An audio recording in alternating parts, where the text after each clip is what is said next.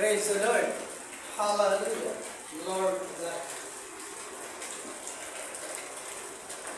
blessed morning po sa lahat ng ating mga kaibigan, mga viewers. Kumusta po kayo? Happy Sunday po sa inyo lahat. At naway nasa mabuti po ang iyong kalagayan. Ang biyaya ng Diyos, pagpapala, pakikisama, kapayapaan ay patuloy na sumainyo. We will overcome all the trials of our faith if we are in Christ Jesus. We believe Jesus Christ. We will always pray unto the Lord, mga kaibigan. Kaya sa mga pagkakataong ito, mayroon po tayong panibagong content na gugulayin at sasagutin, mga kaibigan. At naway magbukas ng ating isip, ng ating mga puso, ang mga katotohanan ito. Ayon sa aklat ng Juan chapter 20 verse 20, ay ganito ang sinasabi ni Tomas. Ang sabi niya, Panginoon ko at Diyos ko. Nang sabihin po ito ni Tomas, na Panginoon ko at Diyos ko, totoo po bang si Tomas ay nagulat ayon sa kanyang mga sinabi? Para pagang tulad nung naglalakad ka, natiso, di ba? Ang ugali minsan ng tao, nasasabi niya, ay, Panginoon ko at Diyos ko. Ay nagulat ikay, kaya napadiyos ko. Kaya hindi talaga niya Diyos.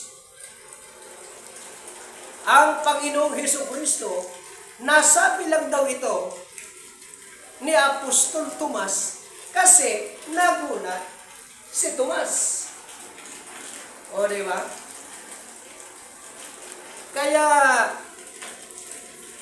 pero, sinabi ba talaga ni Tomas na siya ay nagulat? Pero alam niyo mga kaibigan,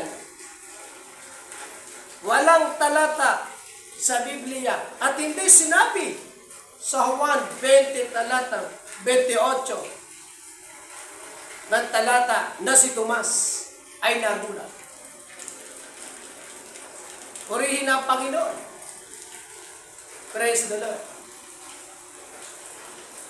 Kundi yung salita ni Tomas nang sabihin niya na Panginoon ko at Diyos ko, yun ay mga salita niya na mayroong pagsisisi sa kanyang kalooban, sa kanyang puso.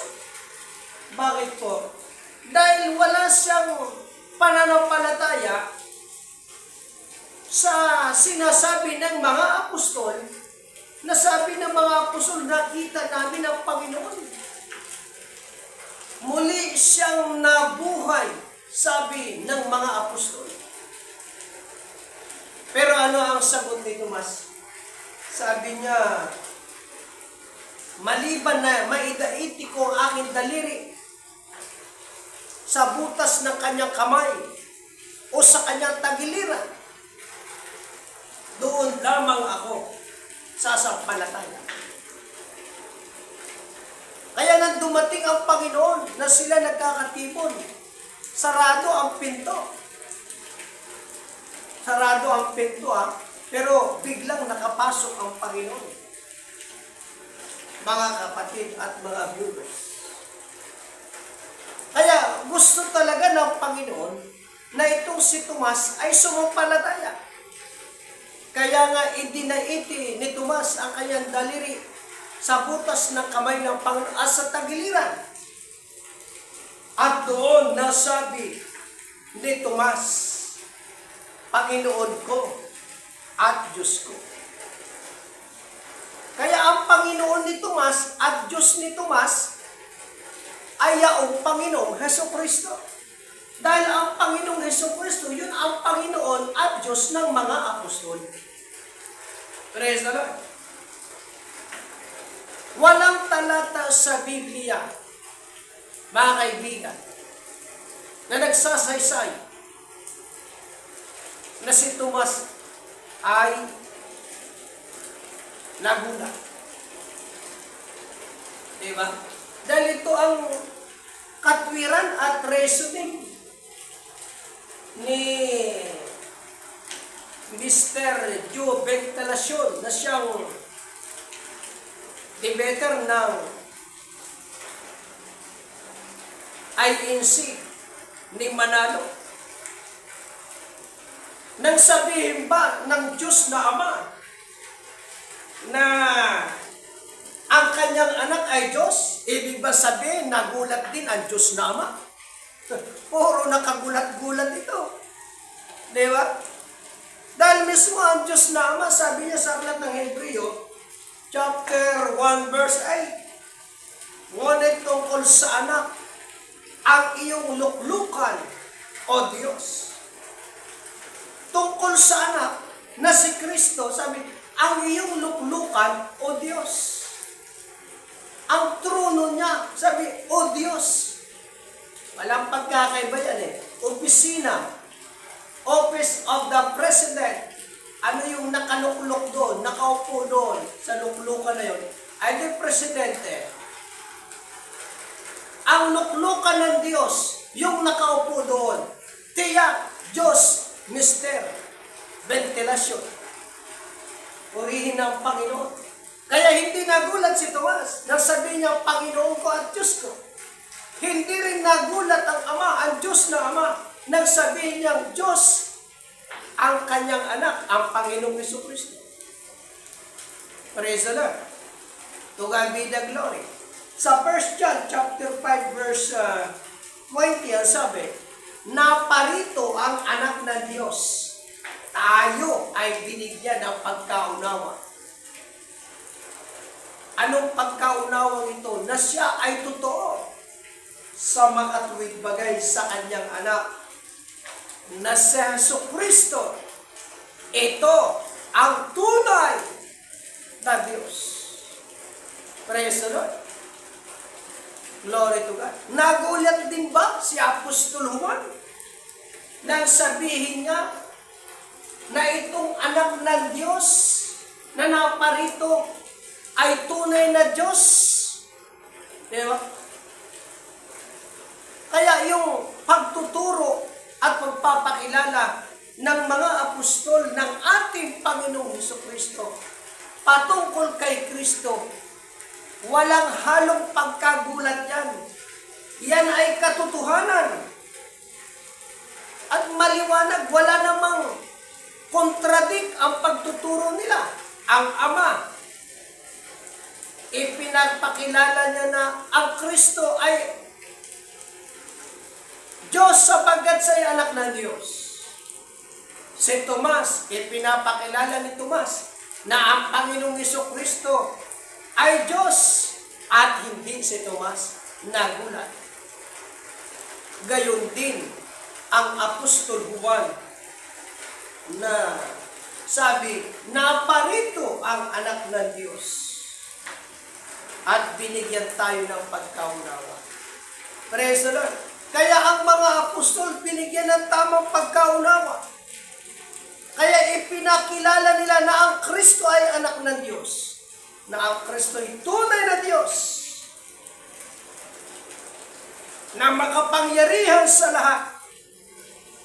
At sabi ni Apostol Juan, itong anak ng Diyos na makapangyarihan sa lahat. Ito ang verbo. Ito ang kasama ng Ama sa paglikha. Diba sabi sa aklat ng 1 chapter 1 verse 1, and the beginning was the Word, and the Word was God, And the Word was with God. Napasimula, no? Siya ang berbo. Ang berbo sumasa Diyos Ama. At ang berbo, ang sabi, siya ay Diyos. Ang liwanag naman yan.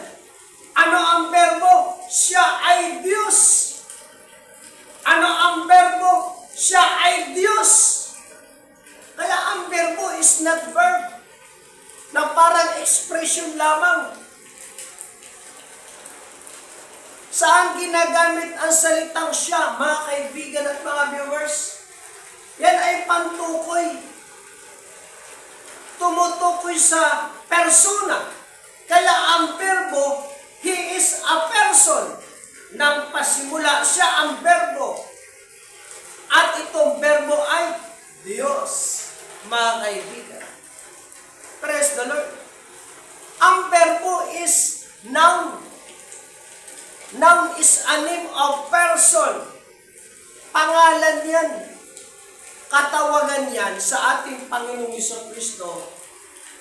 Mga kaibigan namin, ang mga INC ni Manalo, sana huwag kayong magalit sa mga pagtuturong ito. Mga pangangaral na ito.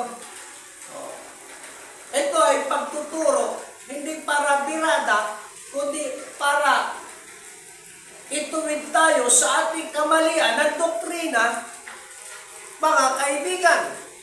Dahil sabi ng Panginoon sa 22 verse 20 nagkakamali kayo sa hindi pagkaalam ng kasulatan ni ng kapangyarihan man ng Diyos. Dahil walang subong apostol sa inyo Praise the Lord. Ang hiwaga ng kadyusan about the mystery of Christ, 3 verse 2, ay nirebag at ipinapahayag sa apostol. Kaya ang opisyal na magtuturo at magpapakilala nito sa buong sanlibutan. Apostle, he is elected by God as an apostle of Jesus Christ. Romans chapter 1 verse 5. Hindi naman kayong mga inihalal ng Diyos. Isinugo ng Diyos, dapat tumahimik na lang kayo. Ililigaw nyo lang ang tao. Dadalhin nyo lang ang tao sa impyerno, mga kaibigan. Kaya,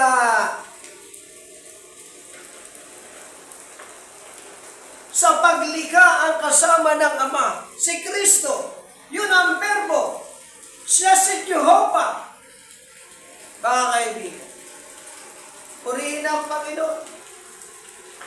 Jehovah, He is not the Father. Jehovah, He is Christ. Alam niyo ba ang meaning ng Jehovah? G means Jesus. E means Emmanuel. H meaning hari ng mga hari. O, Omega. B, verbo. A, alpha. Ay sino ang tinutukoy niya? Puro may mga talata yan. Kaya si Jehovah, He is Christ. Praise the Lord. Kaya yung pagtuturo ni Apostol Juan na yung verbo nagkatawang tao at yung pagtuturo naman ni Apostol Pablo ay magkaparehas. Hindi nagkontradik ang mga aral ng mga apostol. Sabi sa Filipos 2, talatang 6 hanggang 8, na siya, bagamat nasa anyong Diyos. Si Kristo, nasa anyong Diyos. He is the form of God, hindi nagsaan yung Diyos. Hindi nagsaan yung Diyos. Siya ay nasa anyo. He is the form of God. Bago siya magkatawang tao, bago niya hubarin ang kanyang pagka-Diyos, bago siya makitulad sa tao, He is the form of God. Anong ginawa niya sa bagkus, hinubad niya ito. At nag-anyong alipin, at nakitulad sa tao. Liwanag naman ang talata. Bakit nahirapan kayo unawain? Sa ating mga kaibigan na mga ministro ng INC, liwanag naman ano? Si Kristo ay nagsalaman. Ay may nag-post. Pag ang hindi raw naniniwala at sumasampalataya na si Kristo nagsalaman, antikristo daw yan. Ang ibig nagsabi na nagsalaman, nagkatawang tao. Ang Kristo, galing siya sa pagiging espiritu, hindi laman. Siya ay espiritu. Dahil siya ay Diyos. Nagsalaman siya, nag-reincarnate siya. Paano siya nagsalaman? Itong espiritu na Kristo, itong Diyos na makapangyarihan, ang Ama, nag-prepare ng katawan para kay Kristo. Hebreo 10 verse 5, hain at handog ay hindi mo ibig. Hebreo 10, may maliwanag din. Ngunit isang katawan ang sa akin ay inihanda mo. Sabi ni Kristo, hindi ka nalulugod sa mga handog na susunugin na paulit-ulit na ginagawa ng mga Hudyo sa Old Testament. At tuloy sila magkakasala. Kaya sabi, ngunit isang katawan ang sa akin inihanda mo. Ang Diyos Ama nag-prepare ng katawan para kay Kristo. Ang pangalan nun ay Jesus. Kaya Kristo, Jesus, purihin ang Panginoon. To God be the glory. Na siya magkatawang tao, na kaya nga naranasan niyang mamatay dahil nagkatawang tao. Naranasan niyang magutom dahil nagkatawang tao. Naranasan niyang tuli dahil siya ay naging tao, mga kaibigan. Umiyak pa nga ang Panginoon eh. Lahat ng katangian ng pagiging tao ay dinanas ni Kristo. Pero yung kasalanan, yun ang hindi nagawa ng Panginoon. Hindi siya nagkasala. Dahil nung siya'y ibinuntis, ipinaglihi siya ng babae. Through the power of the Holy Spirit, ipinaglihi siya sa banal. Ipinaglihi siya sa Espiritu Santo. Kaya kahit siya nagkatawang tao, naroon pa rin, dinanas niya pa rin ang mga makapangyarihang gawa ng Diyos, mga great miracles. Lumakad siya sa dagat, di ba? Dahil ipinaglihi siya sa Espiritu Santo. Praise the Lord. To God be the glory. Kaya sa aming mga kaibigan, gising po tayo. Hindi nagulat si Tomas na sabihin niyang Panginoon ko at Diyos ko. Hindi rin nagulat ang Diyos Ama na sabihin niya ang kanyang anak ay Diyos. Nasabihin ni Apostol Juan na si Kristo na yung anak ng Diyos ay naparito ito, ang tunay na Diyos at ang buhay na wala hanggan, hindi rin sila nagulat. Kaya gising po tayo, mga member ng mga INC at mga ministro ng INC. Sana sa content na ito ay huwag kayong magalit. Peace lang tayo, magkakaibigan tayo. Mahal namin kayo sa Panginoon. If you believe this teaching, the truth shall set you free. Makakalaya kayo sa doktrina ng mga false preacher, mga false prophet. Makakalaya kayo sa pananampalatayang sa piki na Kristo. You believe Christ, the apostle. Ito ang tunay na Kristo, mga kaibigan. Ito ang katotohanan.